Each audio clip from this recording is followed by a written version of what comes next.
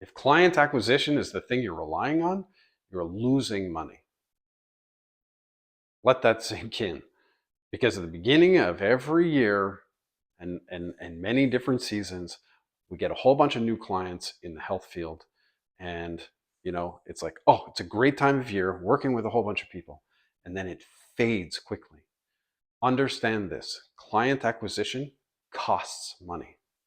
Client retention makes money, is lucrative.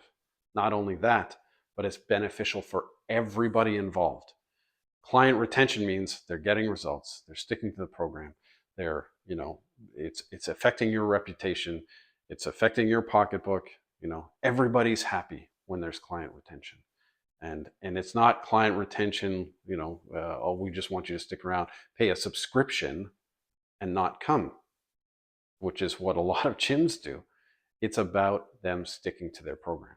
So I did 2 earlier videos on how to set your clients up to be successful long term, so that they stick, they adhere to the things they need to do to be successful, which in turn is client retention for you.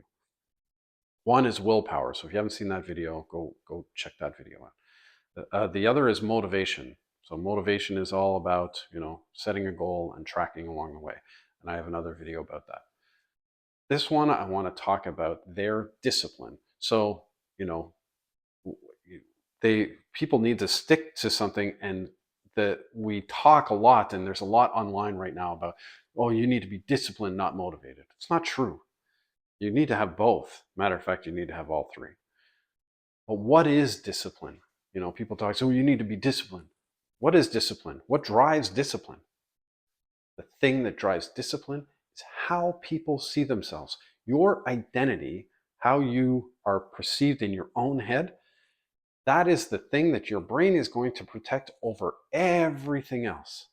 I'm lazy, but I'm going to exercise.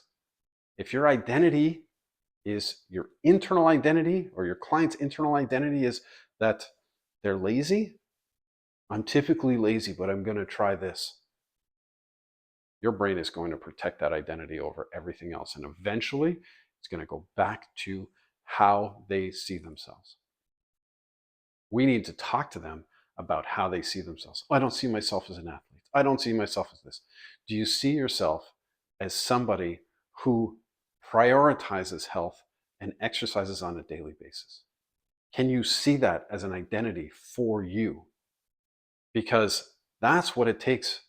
It's that the whole, back in the day when people were like really struggling with smoking. People struggle with smoking now, but the biggest difference between people that actually quit and people that didn't were, I'm trying to quit smoking.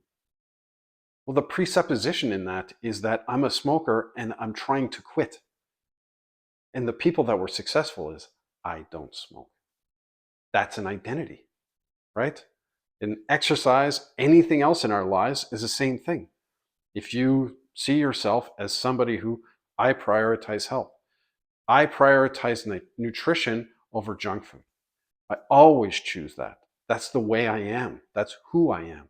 Then you go into these situations where there's a choice between, something that's junk food and something that's good. And maybe the good thing is a little bit more complicated to put together, because that's, sometimes the reality over holidays and stuff like that. People who view themselves in the right light will make the right decisions. So have a conversation with your client about how they see themselves, how they want to see themselves, and how you're going to get them to see themselves that way.